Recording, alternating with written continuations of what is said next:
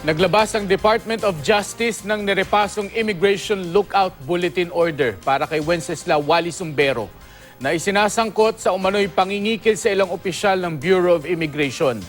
Sa binagong utos, Wenceslao Sumbero na ang nakalagay na pangalan.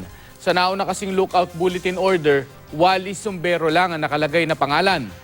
Sa pagdinig ng Senado kaugnay ng umano'y bribery extortion, sinabi ng isang immigration official na hindi lumabas sa kanilang database ang Wenceslao Sumbero na pangalan ni Sumbero sa kanyang passport. Wally Sumbero lang daw kasi ang nakalagay sa lookout bulletin.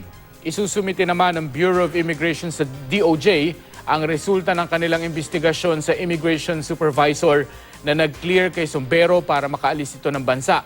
Maaring masuspinde o matanggal sa trabaho ang immigration supervisor.